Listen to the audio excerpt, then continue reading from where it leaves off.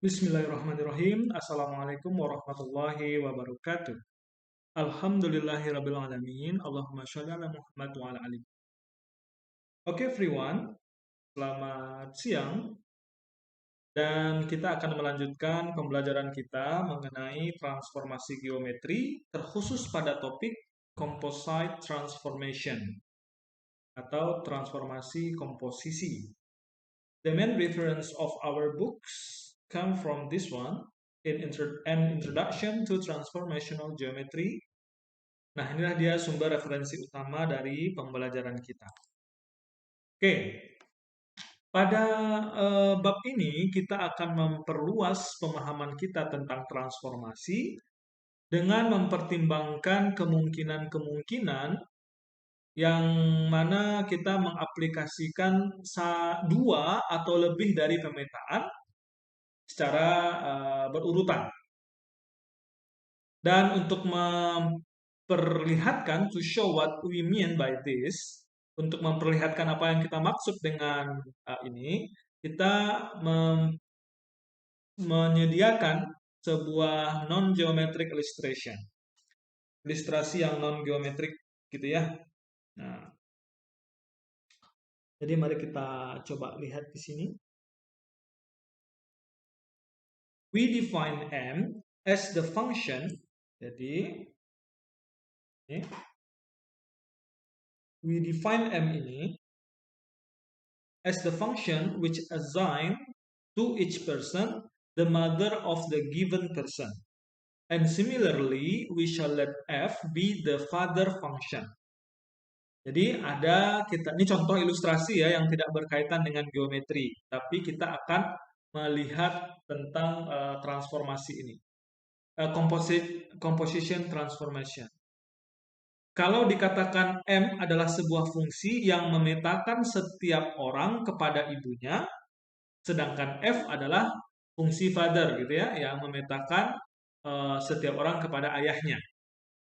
Using these two function, dengan menggunakan kedua fungsi ini, a new function may be defined which assigns to any given person, John Doe, a second person who is determined by first finding out who is the mother of John Doe, and then identifying the father of the mother of John Doe. Coba perhatikan. Menggunakan dua buah fungsi ini, fungsi M dan fungsi F, sebuah fungsi baru dapat didefinisikan yang mana fungsi baru tersebut memetakan to any given person, misalnya John Doe ini, a second person who is determined by first finding out who is the mother of John Doe and then identifying the father of the mother of John Doe. Jadi kakeknya gitu ya. The father of the mother of John Doe. Berarti kakek si John Doe dari pihak ibu. We denote this function by the symbol Fm. And for the image of John Doe, we may write Fm John Doe. Atau Fm John Doe. Apa maksudnya? Si John Doe ini mamanya siapa? Mothernya. Lalu mother dari si John Doe ini fathernya siapa?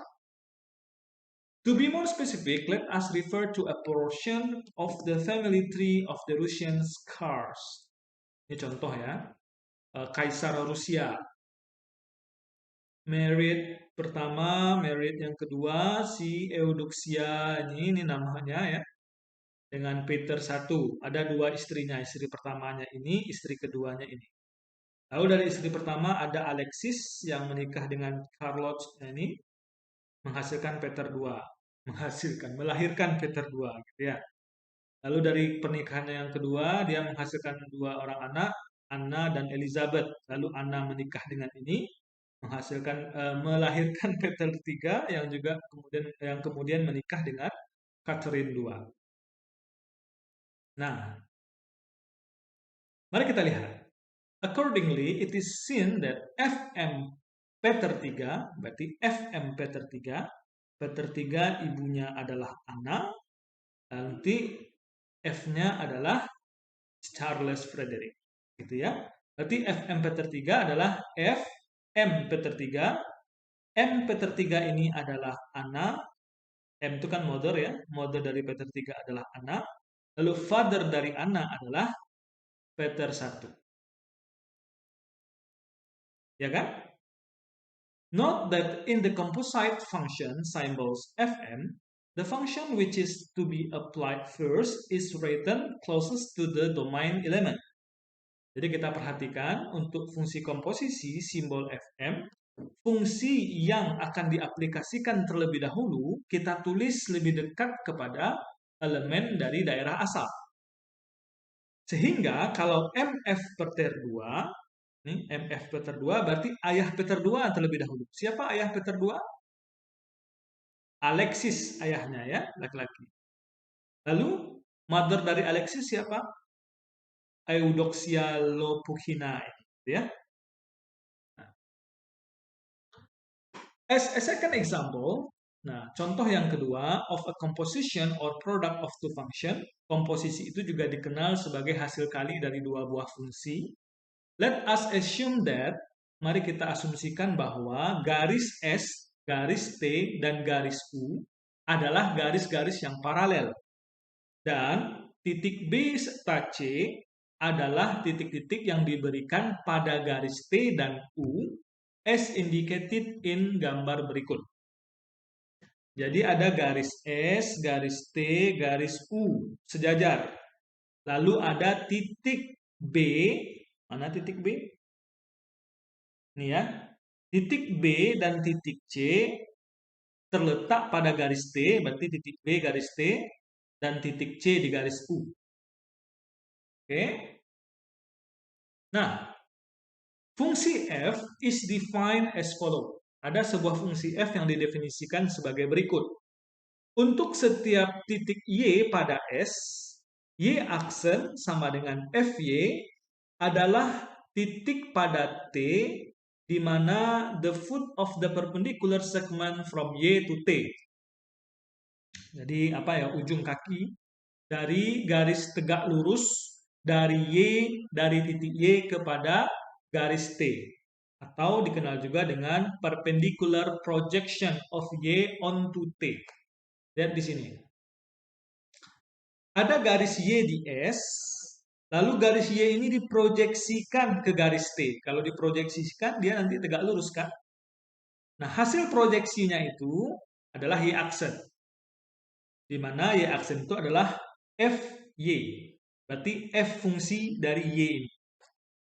F tadi didefinisikan sebagai setiap titik Y pada S, maka berlaku Y aksen sama dengan Fy, yaitu titik pada T di mana merupakan titik potong yang tegak lurus dari segmen dari titik Y yang diproyeksikan ke T. Maka F itu adalah hasil proyeksinya ini. Maka kalau dilihat, kalau ada titik Y di sini, maka Fy-nya adalah sama dengan Y aksen di sini. Kalau ada titik Y di sini, berarti nanti tegak lurus ke sini, maka di sini Y aksen. Kalau ada titik M di sini, maka tegak lurus ke bawah, ini M aksen sama dengan Fm. Ada X di sini, berarti X aksen sama dengan Fx. Karena F itu adalah fungsi yang memetakan dari sini ke sini. Oke?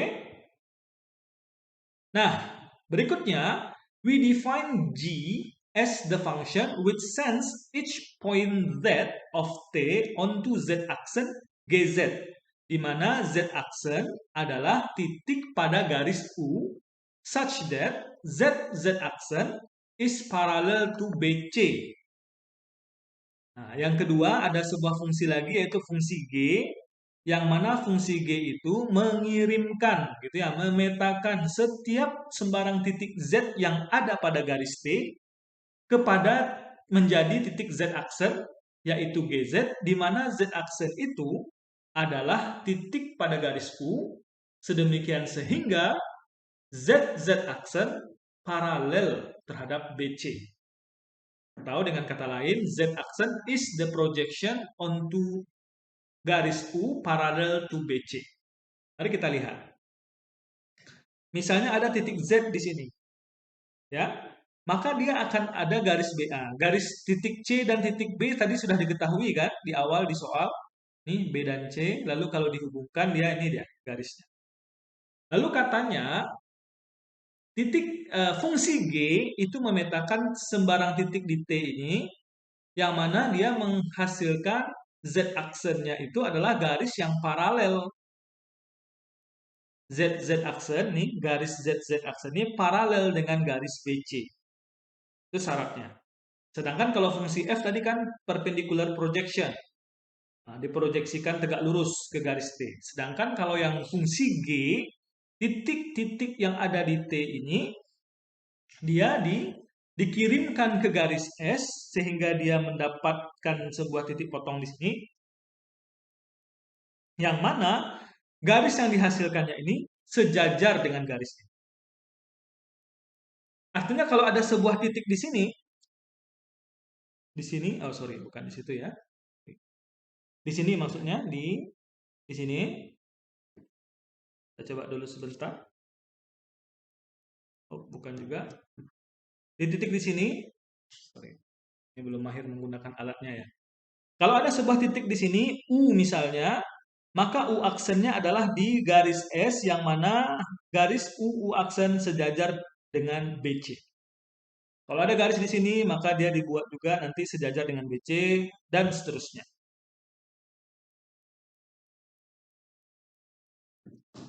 Note that F is a mapping from its domain S onto T and that G is a mapping with domain T on range U. Jadi kita perhatikan bahwasanya fungsi F itu adalah pemetaan dari its domain S onto T. Domainnya ada di S kepada garis T. Sedangkan fungsi G dari garis T ke garis U. Itu ya. The composition of F followed by G. Jadi komposisi dari fungsi F itu kemudian diikuti dengan fungsi G. Nah, ini kita lambangkan dengan GF, jangan sampai terbalik. Berarti F-nya duluan baru G, ya. Komposisi dari fungsi F kemudian dilanjutkan dengan G, kita lambangkan dengan GF. F-nya di sini, G-nya di sini.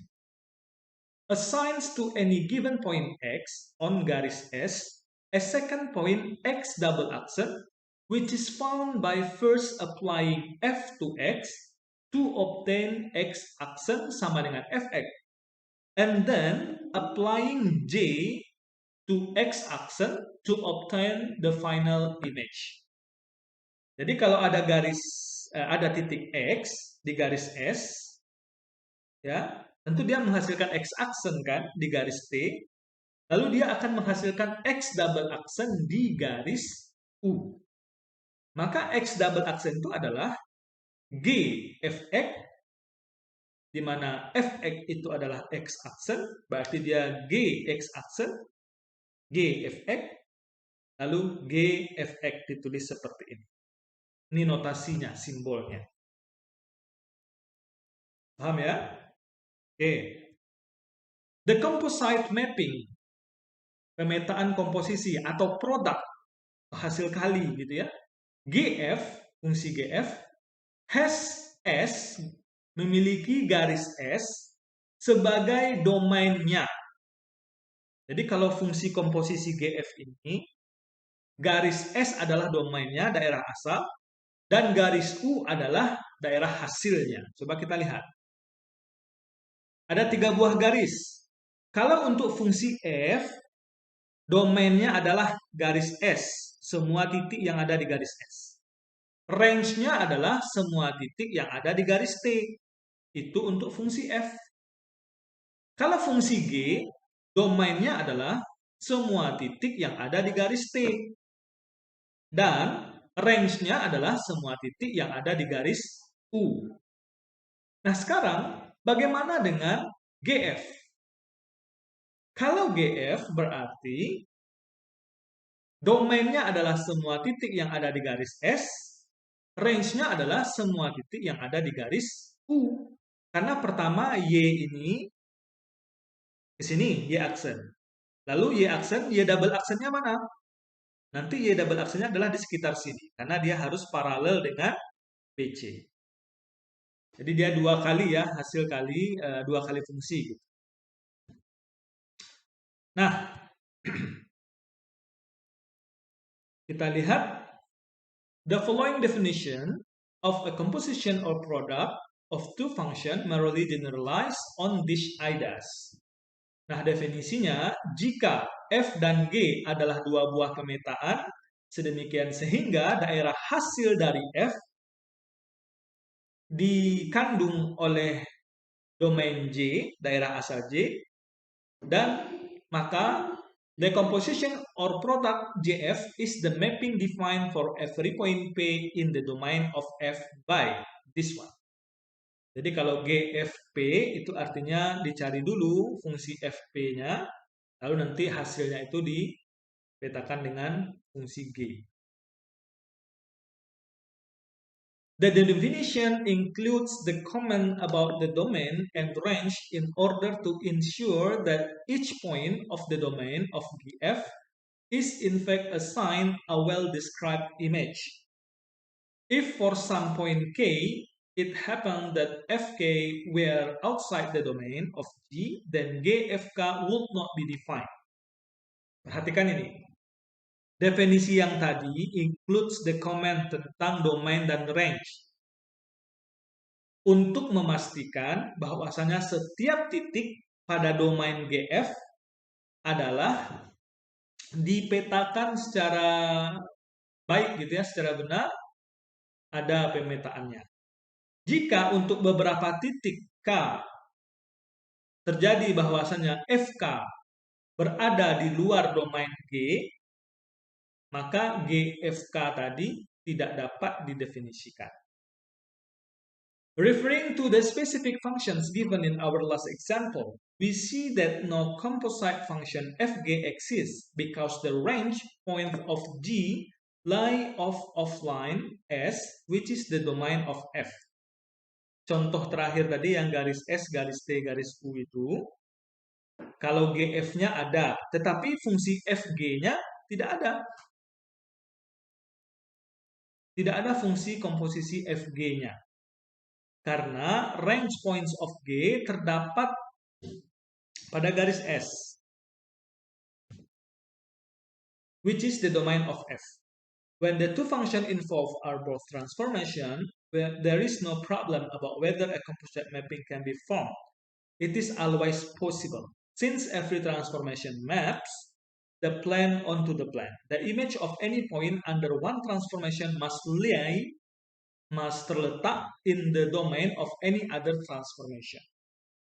Ini pengetahuan umumnya ya. Bahwasanya ketika dua buah fungsi ada dalam transformasi keduanya merupakan transformasi gitu ya, maka tidak ada masalah apakah fungsi komposisinya dapat dibentuk atau tidak. Karena dia selalu bisa, selalu mungkin untuk dibentuk. Karena setiap transformasi memetakan bidang ke bidang gitu ya, bidang kepada bidang. The image of any point under one transformation harus terletak pada domain dari transformasi tersebut. Oke? Kenapa Fg tidak ada pada di sini, pada garis ini? Nah, dia tadi ini. Kalau GF itu ada ya. GF berarti kalau GF, nah, hapus dulu.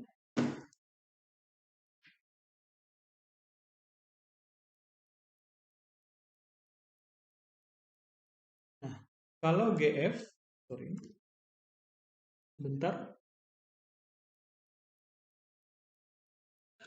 Oke, coba lihat.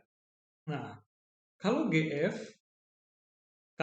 ya, berarti kan ini kita cari F-nya terlebih dahulu, baru nanti G-nya. Ya, misalkan dari titik Y ini. Nah, kalau kita lihat, kalau ada Y, berarti dia F-nya dulu, FY ini dia hasilnya, lalu GFY ini dia hasilnya. Sorry, GFY di sini dia hasilnya. Kalau GFY berarti di mana dia? Hasil dari GFY itu adalah di sini. Nah, di sekitar sini nanti. Dari garis ini ke sini. Nah, nampaklah di sini Y double aksen. Syaratnya ini harus sejajar dengan garis BC. Ya kan? Nah, sekarang bagaimana kalau FG? Oops, sorry. Pencet ya. Sekarang bagaimana kalau FG? Maka itu misalnya kita mencari F dulu, lalu G dari titik eh,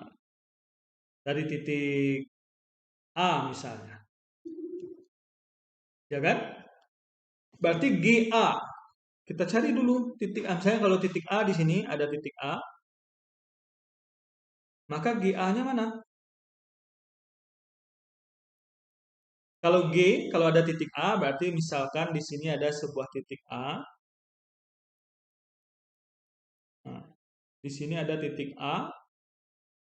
Berarti kalau GA berarti kita memetakannya ke garis memetakannya ke garis U.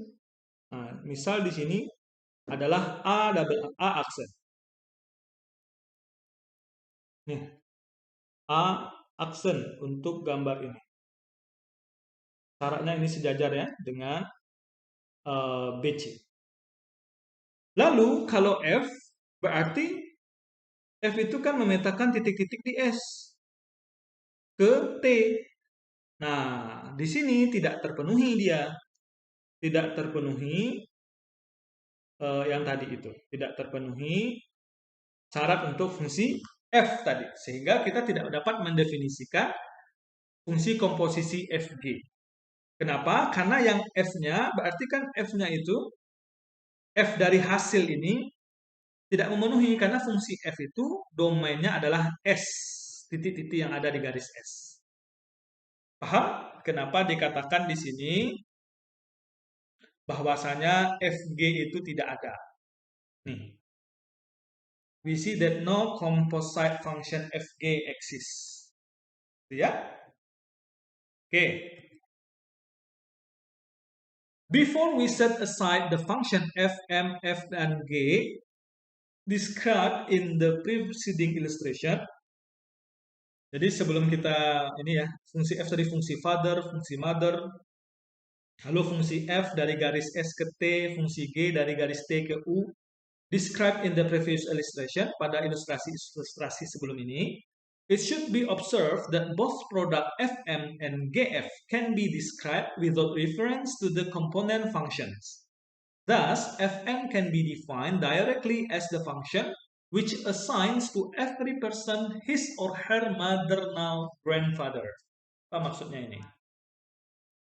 Kita lihat bahwasanya fungsi Fm, father-mother tadi, dapat didefinisikan secara langsung sebagai sebuah fungsi yang memetakan seseorang kepada neneknya. Kakeknya gitu ya. Kalau FM, coba lihat. Coba lihat sini. Kalau fungsi father, mother, kemudian dari Ronald misalnya.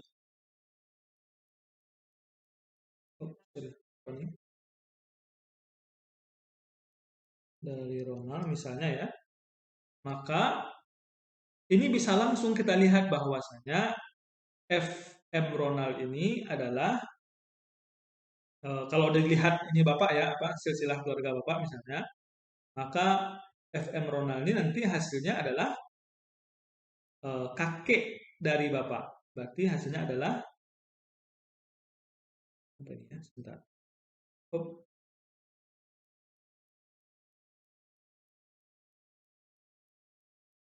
Sebentar. Oke, hasilnya adalah kakek Bapak gitu ya, dari pihak ibu. Maka hasilnya adalah nanti di sini yaitu Dinur. Karena nama kakek Bapak dari pihak ibu adalah Dinur. Ayah dari mama gitu ya.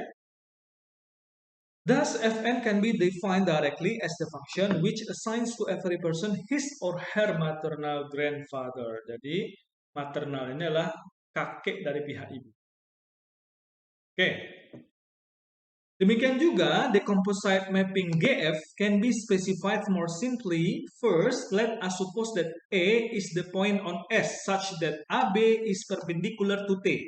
Next, we let H be the function defined for each point X on S by Hx, yaitu X bintang, where X bintang adalah poin pada U, pada garis U, di mana X bintang paralel terhadap AC. If X double accent sama dengan GFX, it is not difficult to show that XX double accent is also parallel to AC. From this, it follows that X double accent sama dengan X bintang. Sehingga H atau H is a function which has the same domain as GF, and furthermore, Hx sama dengan GFX for every point X of that domain. Since this is the case, we say that the mapping H and GF are equal. Contoh, kalau yang tadi kan fraternal maternal tadi ya. Kalau yang sekarang misalnya ada sebuah fungsi baru H, yang mana fungsi baru H itu sama dengan GF. Sama dengan GF. Kalau yang kita punya pertama GF itu artinya titik di S dipetakan tegak lurus ke T, lalu hasil T itu dipetakan ke garis U yang mana paralel dengan garis BC. Sorry ya, ini bukan AC ya, paralel to BC. Ya, BC. Kalau kata, bukan, coba kita lihat. Ada sebuah titik A ya, ini memang A ya, BC-nya di sini, ini A. Nah, kita lihat, ini A-nya tidak jelas ya. Oke. Sebentar, kita perbaiki dulu. Nah, coba lihat ke sini. Berarti, kalau ada sebuah titik A pada garis S, maka garis A itu, kalau kita petakan dengan F ke garis T, berarti ada titik B tegak lurus kan? Lalu hasilnya, titik B itu kalau dipetakan ke garis U dengan sebuah fungsi G, maka dia menghasilkan titik C. Lalu titik A dan C kita hubungkan. Nah, perhatikan ini. Nah, sekarang kalau ada sebuah titik X di garis S, maka kalau kita aplikasikan GF, berarti fungsi F terlebih dahulu. Fungsi F adalah memetakan X ini tegak lurus ke T. Dapat di sini. Lalu dari sini, titik ini kita petakan ke garis U dengan syarat dia tegak lurus dengan garis BC. Maka dapatlah titik X bintang. Nah, hasil dari X bintang ini, garis ini kalau kita tarik dari X ke X bintang, itu akan paralel juga dengan garis AC. Ya kan? Nah, kalau misalnya dikatakan ada sebuah fungsi H itu memetakan X kepada garis U, di mana syaratnya adalah dia paralel dengan garis AC yang terbentuk dari gambar ini. Maka fungsi H itu sama dengan GF. Jadi fungsi yang baru yang H itu sama dengan fungsi komposisi GF. Kalau fungsi H itu katanya ini didefinisikan, now let H be the function yang didefinisikan bahwa setiap titik X pada garis S, lalu dengan Hx itu menghasilkan X bintang. Di mana X bintang itu adalah titik pada garis U, di mana garis XX bintang itu paralel terhadap garis AC. Oke? Dapat dipahami gambar yang ini? Bapak kira bisa ya? Nah, definisi. Two function, dua buah fungsi, L dan T adalah sama jika mereka memiliki daerah asal yang sama. Dan jika untuk setiap X pada daerah asal tersebut berlaku Lx sama dengan Tx. Jadi dua buah fungsi, misalkan L dan T itu adalah fungsi yang sama, ketika dia memiliki domain yang sama, lalu hasil Lx dan Tx-nya itu adalah sama. Perhatikan, Untuk membuktikan bahwasanya dua buah fungsi itu tidak sama, yang kita perlu lakukan adalah menemukan satu buah titik P di mana LP tidak sama dengan TP. Jadi kalau kita ingin mengatakan dua buah fungsi itu tidak sama, dalam kasus ini ya, kita cukup menemukan sebuah titik yang mana LP dan TP itu tidak sama.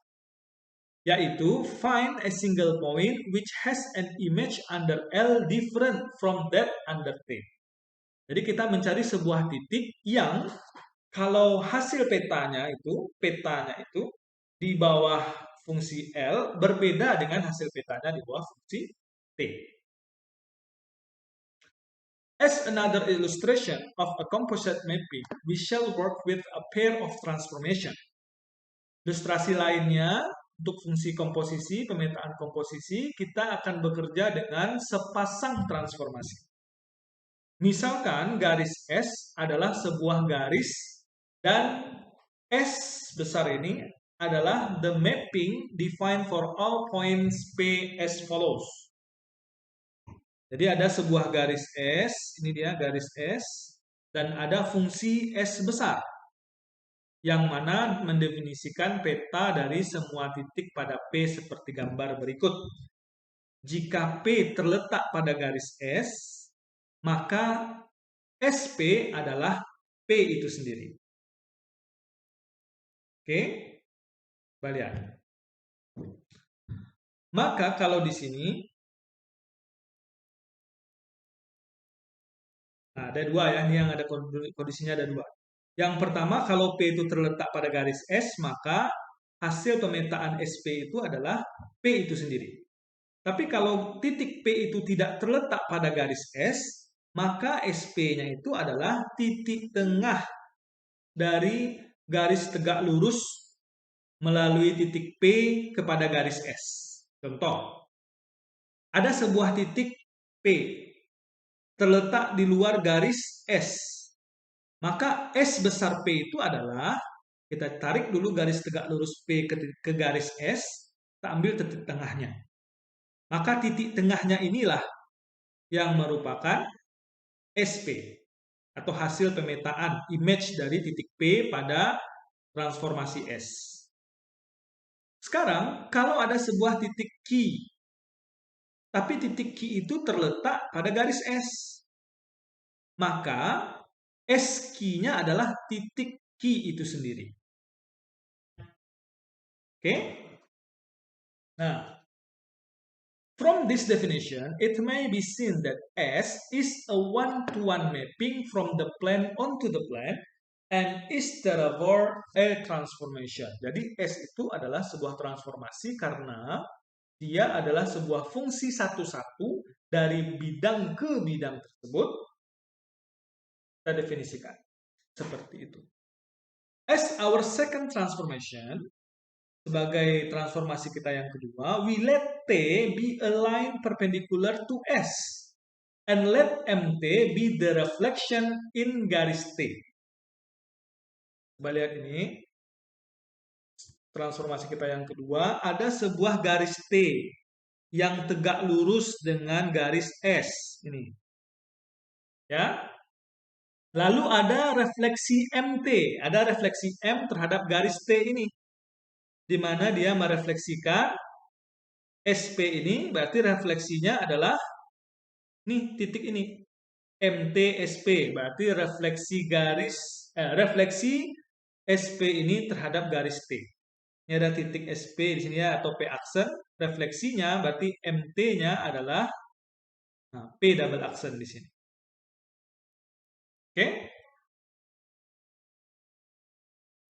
Since S dan MT adalah masing-masing merupakan transformasi, we know that for each point P of the plane, a corresponding point MTSP might be determined. Hence, a composite mapping MTS exists with the entire plane as its domain. Jadi, untuk fungsi S kan bisa semua titik ya di bidang ini. Mau dia di sini, di sini, di sini, di sini, terserah. Atau bahkan di garis ini juga boleh.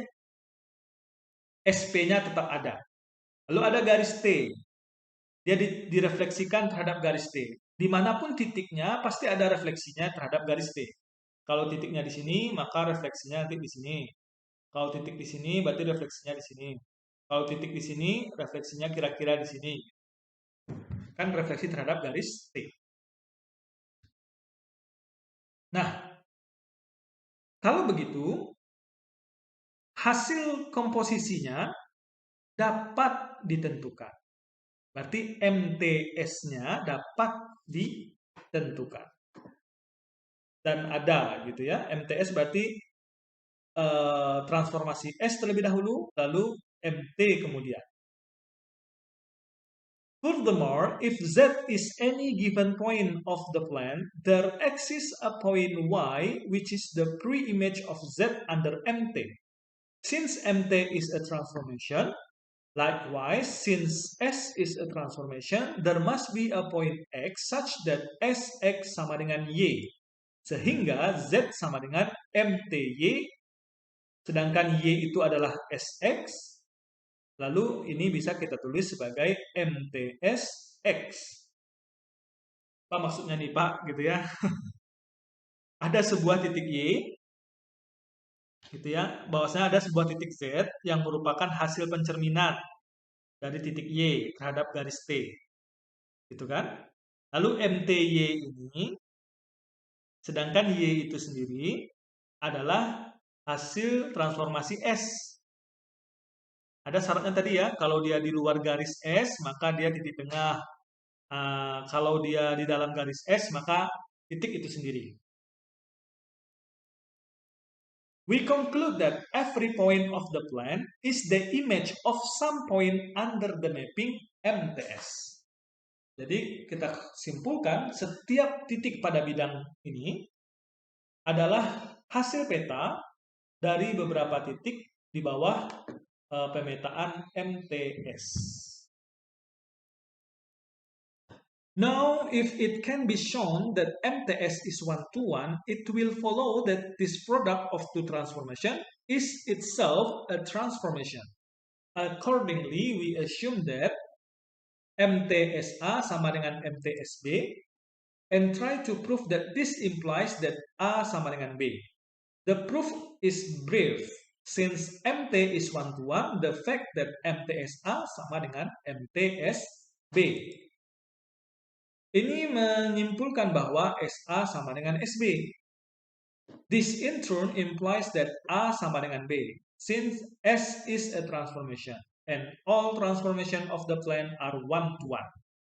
Thus, the only way points A and B can have the same image under MTS is for A and B to be the same point. This proves that MTS is one-to-one and clinches the claim that MTS is a transformation.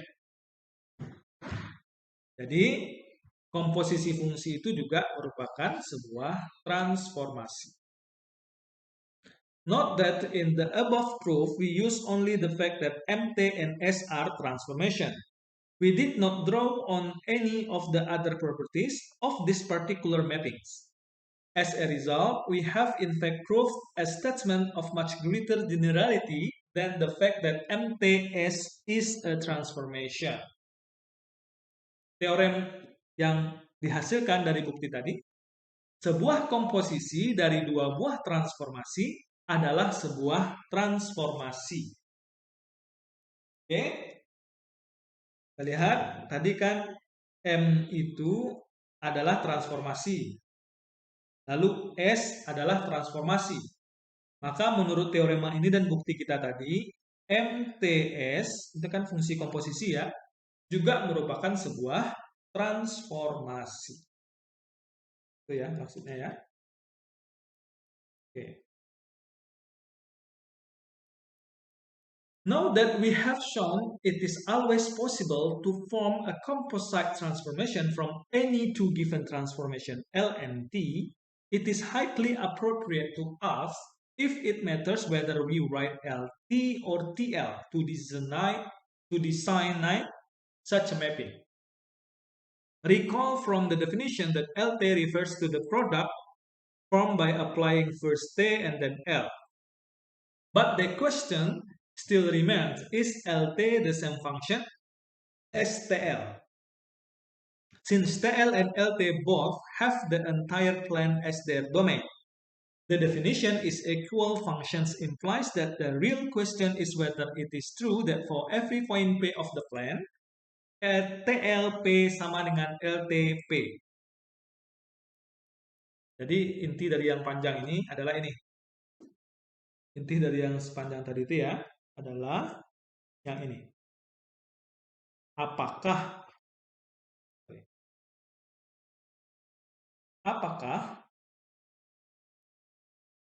TLP itu sama dengan LTP? Artinya fungsi yang pertama apakah sama saja gitu ya kalau dibalik-balik fungsi yang pertama diaplikasikan atau transformasi pertama yang diaplikasikan atau yang kedua apakah sama? Maka pertanyaan ini, let us consider the two transformation MT and S which were discussed on page 42. To test the question, we set up a coordinate system with S as the x-axis and T as the y-axis.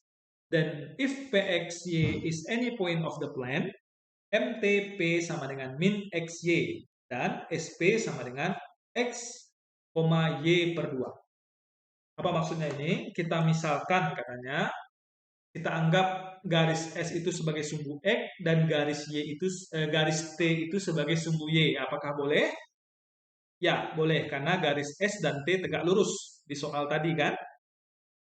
Nah, katanya untuk refleksi MT maka artinya adalah kalau kita merefleksikan titik P X, Y itu artinya kalau pindah ke sini dia X-nya sama jaraknya, tapi arahnya negatif, arahnya berbeda.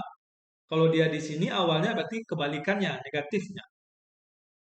Sedangkan Y-nya tetap, ya kan? Titik Y-nya tetap. Maka MTP itu kalau disimbolkan dengan koordinat kartesius, hasil refleksinya itu adalah min X, Y. Nah, sedangkan kalau SP, kalau ada titik P di sini, karena dia di luar garis S, maka SP-nya itu adalah, kita lihat X-nya, kan SP-nya ke sini ya, karena dia kan harus tegak lurus ke sini, ke garis S, lalu ambil titik tengahnya. Itulah dia SP. Kalau ada titik P di sini, berarti SP-nya adalah X-nya tetap, Y-nya dibagi 2. Kan dia titik tengah, Y-nya dibagi 2. Nah, maka dia seperti ini. Sehingga MTSP itu artinya MT lalu SP. MT, SP-nya itu adalah X, Y per 2. Ini kan X, Y per 2. Lalu MT berarti min X, Y. X-nya jadi min X, Y-nya tetap. Maka hasilnya adalah min X, Y per 2. Bagaimana dengan SMT? Kalau dibalik, SMT. Berarti SMTP. Berarti SMTP. MTP min X, Y.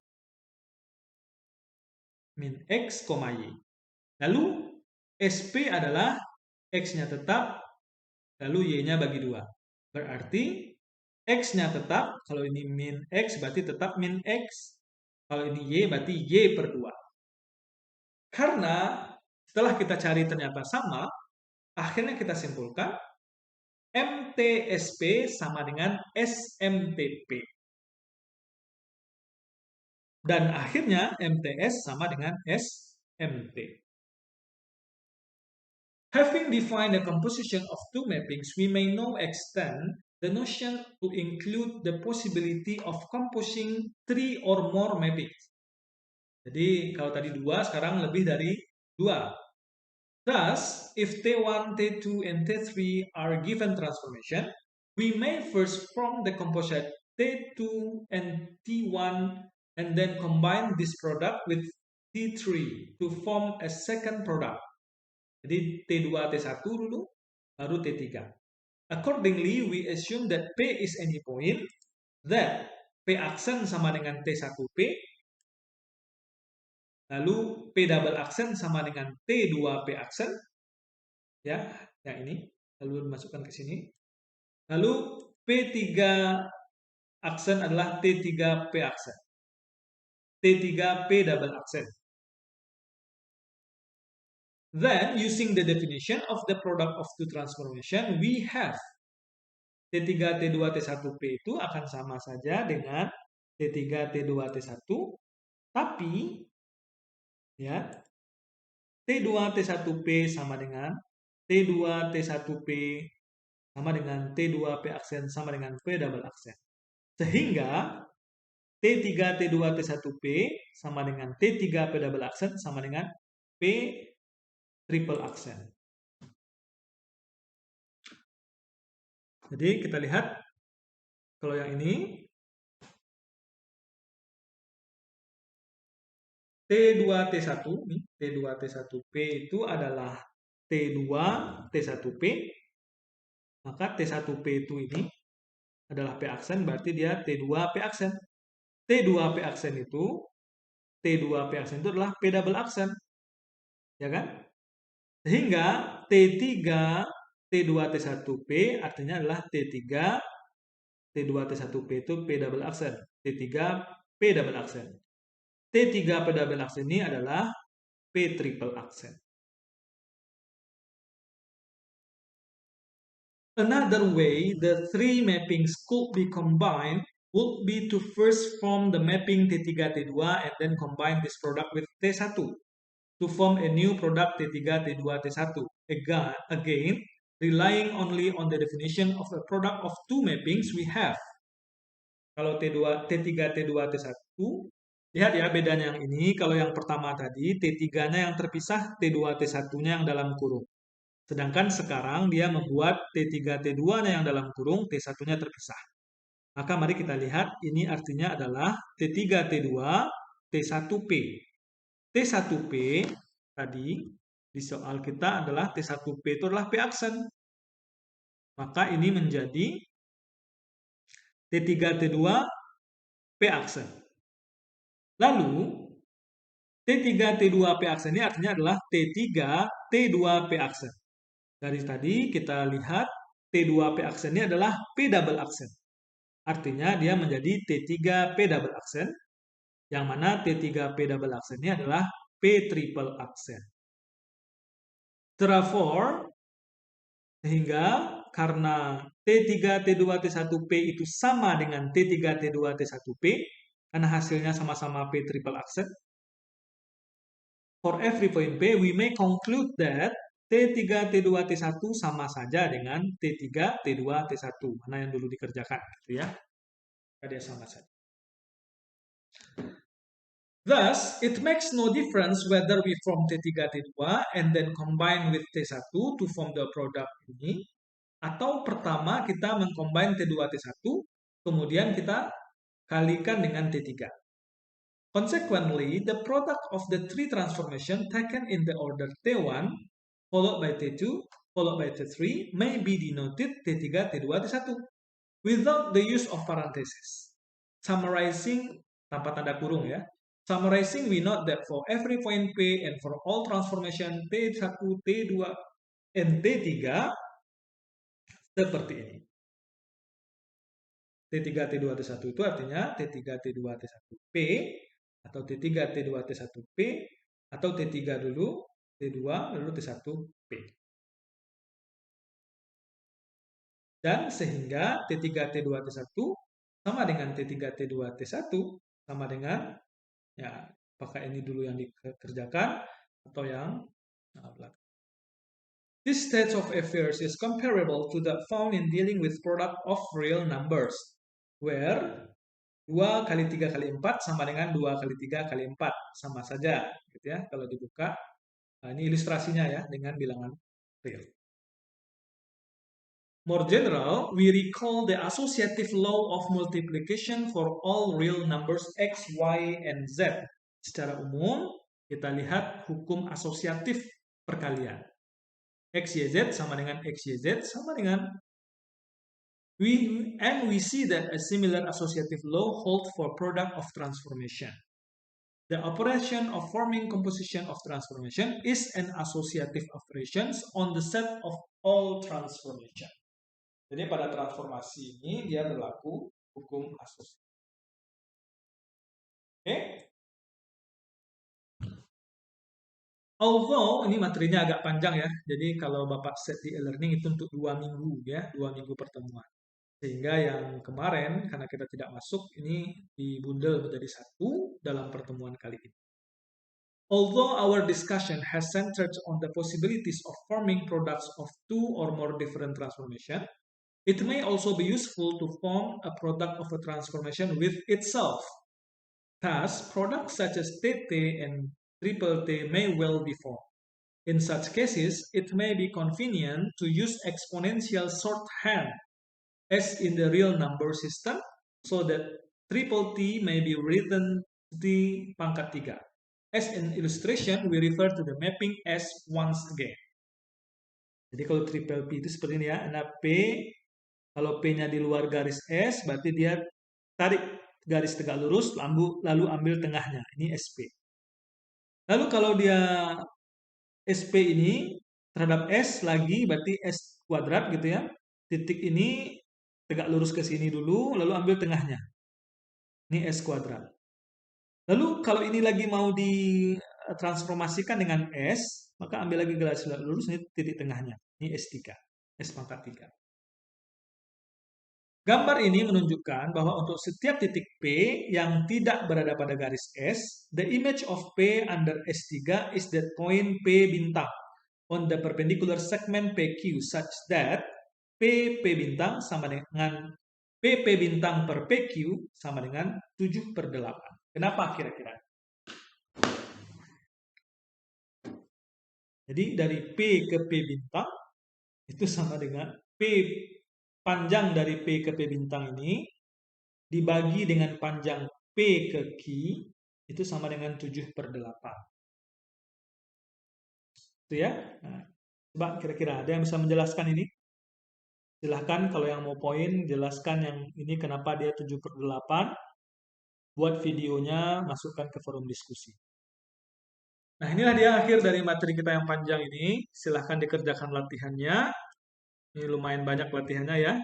Dan ini materinya adalah fungsi apa? Komposisi transformasi atau transformasi komposisi.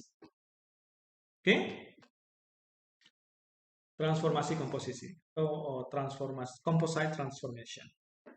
Terima kasih. Mohon maaf. Assalamualaikum warahmatullahi wabarakatuh.